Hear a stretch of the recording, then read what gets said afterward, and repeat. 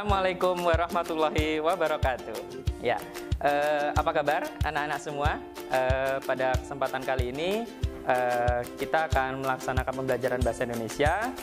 Kita akan mempelajari bab selanjutnya, yaitu materi teks eksplanasi. Baiklah, pada kesempatan kali ini kita akan membahas definisi, ciri teks eksplanasi, kemudian dilanjutkan dengan mengidentifikasi informasi dalam teks eksplanasi. Setelah itu, kita akan mengkonstruksi informasi teks eksplanasi. Kemudian untuk pada poin D dan poin E akan kita bahas pada kesempatan selanjutnya. Nah, apa sih definisi dari teks eksplanasi? Kemudian bagaimana ciri-cirinya? Teks eksplanasi adalah sebuah teks yang berisi tentang proses, mengapa, dan bagaimana kejadian-kejadian alam dan sosial dapat terjadi. Nah, cermati beberapa gambar berikut ini supaya teman-teman lebih mengenali mana fenomena alam dan mana fenomena sosial. Nah, pada gambar yang pertama, kita cermati bersama. Di sana ada gunung yang mengeluarkan asap, yang mana mengindikasikan bahwasanya atau mengilustrasikan terjadinya fenomena gunung meletus, yang mana fenomena ini termasuk ke dalam fenomena alam. Kemudian pada gambar selanjutnya, di sana ada seseorang yang mana terlihat sedang meminta-minta ya di pinggir jalan. Nah, bisa diidentifikasi bahwasanya pada gambar yang kedua ini termasuk sebuah fenomena sosial yang ada di sekitar masyarakat kita, ya, banyaknya pengangguran, pengamen, peminta-minta, itu adalah sebuah bentuk atau sebuah fenomena sosial yang ada di sekitar kita. Kemudian pada gambar yang ketiga ini ada orang yang berbaris, ya, yang sedang memperlihatkan beberapa tulisan-tulisan, ada bentuk demonstrasi, ya. Di sana ada tulisan tolak PHK, yang mana ini bisa diidentifikasi sebagai sebuah fenomena sosial. Kemudian gambar yang keempat, ini ada sebuah jalan, ya, yang mana jalannya ini sebagiannya ada yang longsor ke bawah. Nah, pada gambar yang keempat merupakan bentuk sebuah fenomena alam. Nah, jadi itu beberapa contoh fenomena alam ataupun sosial yang ada di sekitar kita. Nah, nanti teman-teman bisa mengidentifikasi fenomena-fenomena apa saja yang ada di sekitar kita, baik fenomena alam ataupun fenomena sosial. Nah, selanjutnya, ciri-ciri teks eksplanasi. Yang pertama, strukturnya terdiri atas pernyataan umum, kemudian proses atau deretan penjelas, kemudian yang terakhir ada penutup. Kemudian ciri yang kedua, memuat informasi sesungguhnya atau fakta. Jadi dalam sebuah teks eksplanasi, kalimat-kalimatnya berupa kalimat-kalimat fakta atau pernyataan-pernyataan yang sesungguhnya yang benar-benar terjadi. Kemudian yang ketiga, memuat informasi bersifat keilmuan atau membahas sebuah cabang ilmu tertentu. Kemudian yang keempat, menjelaskan suatu kondisi atau sebuah fenomena. Selanjutnya, pada poin B, kita akan mengidentifikasi informasi dalam sebuah teks eksplanasi, yang mana dalam teks eksplanasi pasti akan memuat beberapa hal. Yang pertama ada fakta. Selain itu juga ada gagasan pokok atau inti dari teks tersebut. Yang pertama, fakta dalam teks eksplanasi. Seperti yang teman-teman ketahui, fakta adalah peristiwa atau kejadian yang sungguh-sungguh terjadi. Fakta terdapat dalam paragraf-paragraf teks eksplanasi. Sebagai contoh, ini ada salah satu teks eksplanasi berjudul Tsunami. Mari kita identifikasi bersama-sama.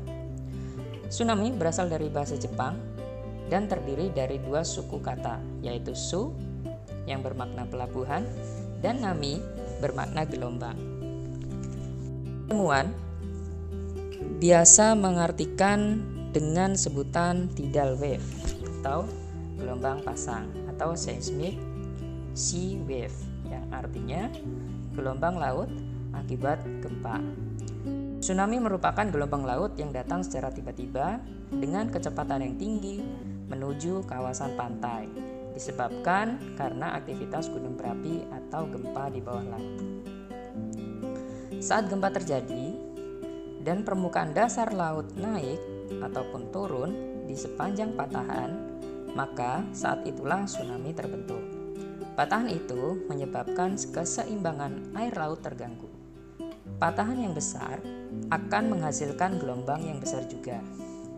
Sesaat setelah terjadi gempa, air laut akan mengalami surut, kemudian akan kembali ke darat dalam bentuk gelombang besar atau disebut dengan tsunami. Nah, ini adalah sebuah kutipan dari teks eksplanasi. Sekarang kita coba identifikasi bagian-bagian mana saja yang merupakan sebuah fakta. Faktanya, tsunami berasal dari bahasa Jepang dan terdiri dari dua suku kata, yaitu su dan nami. Kemudian, fakta selanjutnya, para ilmuwan biasa mengartikan sebagai tidal wave atau seismic sea wave. Kemudian ketiga, tsunami merupakan gelombang laut yang datang secara tiba-tiba dengan kecepatan yang tinggi menuju kawasan pantai disebabkan karena aktivitas gunung berapi atau gempa di bawah laut. Kemudian fakta yang keempat, saat gempa terjadi dan permukaan dasar laut naik turun di sepanjang patahan, maka saat itulah tsunami terbentuk. Fakta selanjutnya, patahan itu menyebabkan keseimbangan air laut terganggu. Patahan yang besar akan menghasilkan gelombang yang besar juga. Sesaat setelah gempa terjadi, air laut akan mengalami surut. Kemudian akan kembali ke daratan dalam bentuk gelombang besar. Nah, jadi bisa kita simpulkan secara umum dalam teks eksplanasi didominasi oleh kalimat-kalimat fakta atau pernyataan-pernyataan yang berupa fakta yang benar-benar terjadi, seperti itu. Nah, kemudian yang kedua, kita akan mengidentifikasi gagasan utama dalam teks eksplanasi. Paragraf eksplanasi dikembangkan berdasarkan gagasan utama atau ide pokok. Gagasan utama adalah gagasan yang dijadikan dasar dalam mengembangkan kalimat. Gagasan utama terdapat pada kalimat utama. Nah, untuk mencari kalimat utama atau gagasan utama, tentunya teman-teman sudah paham ya. Gagasan utama atau ide pokok atau gagasan utama terdapat di awal kalimat ya, atau bisa juga berupa simpulan di akhir paragraf, seperti itu. Nah, sekarang kita coba untuk mengidentifikasi gagasan pokok dalam sebuah teks eksplanasi. Banjir, ini ada kutipan teks eksplanasi sebuah fenomena alam berupa banjir. Banjir di Indonesia merupakan masalah yang kompleks, terutama di kota besar seperti Jakarta. Masalah banjir harus dicarikan solusi sehingga efeknya tidak merusak dan merugikan masyarakat. Tapi kita tidak dapat memberikan tanggung jawab hanya kepada pemerintah, karena masyarakat memiliki peran besar dalam menyelesaikan masalah banjir. Banjir di Jakarta dikarenakan lokasi geografis Jakarta yang lebih rendah. Selain itu, kepadatan penduduk di Jakarta juga tergolong tinggi. Hal ini mengakibatkan lahan kosong diubah menjadi lahan perumahan, sehingga tidak ada tempat untuk penyerapan air. Nah, sekarang kita identifikasi bersama-sama mana kalimat utamanya atau gagasan pokok atau ide pokoknya.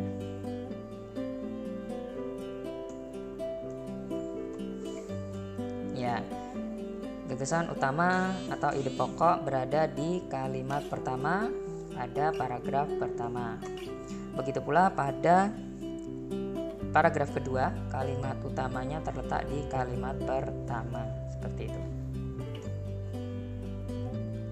Selanjutnya kita akan mengkonstruksi informasi teks eksplanasi. Nah, dalam mengkonstruksi, yang dimaksud dengan mengkonstruksi adalah yang mana menurut KBBI konstruksi adalah susunan atau hubungan kata dalam kalimat atau kelompok kata. Mengkonstruksi informasi berarti menyusun informasi menjadi teks eksplanasi. Nah, pada pembelajaran kali ini teman-teman akan belajar menyusun bagian-bagian pokok teks eksplanasi dan mengabstraksi atau menyajikan kembali teks eksplanasi. Teks eksplanasi adalah teks yang disusun secara urut dan sistematis. Pada teks eksplanasi diawali dengan pendahuluan yang berisi pernyataan umum.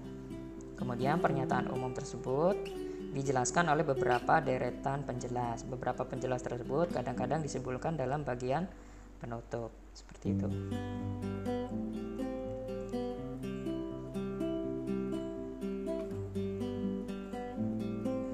Kemudian yang kedua, abstraksi merupakan penyajian singkat mengenai isi teks secara jelas dan akurat. Abstraksi berfungsi untuk menjelaskan secara singkat kepada pembaca tentang isi yang terdapat dalam suatu teks. Abstraksi umumnya disajikan dalam satu paragraf. Oleh karena itu, mengabstraksi merupakan kegiatan menyajikan kembali secara singkat isi teks. Abstraksi harus bersifat informatif dan deskriptif. Artinya, setiap informasi yang terkandung harus berdasarkan fakta. Dengan kata lain, tidak diperkenankan untuk mencantumkan informasi yang tidak sesuai dengan isi teks. Berikut beberapa aspek yang perlu diperhatikan saat mengabstraksi teks eksplanasi. Yang pertama, harus membaca teks dengan cermat dan teliti, kemudian mencatat gagasan-gagasan penting yang tersirat dalam teks. Kemudian yang ketiga, menyusun dan mengembangkan inti sari teks berdasarkan gagasan-gagasan penting dengan bahasa Anda sendiri. Oke, demikianlah materi yang kita bahas pada kesempatan kali ini. Semoga apa yang kita bahas tadi bermanfaat untuk kehidupan kita, baik untuk saat ini ataupun mendatang. Sampai ketemu lagi pada video pembelajaran selanjutnya. Kurang lebihnya saya mohon maaf. Wassalamualaikum warahmatullahi wabarakatuh.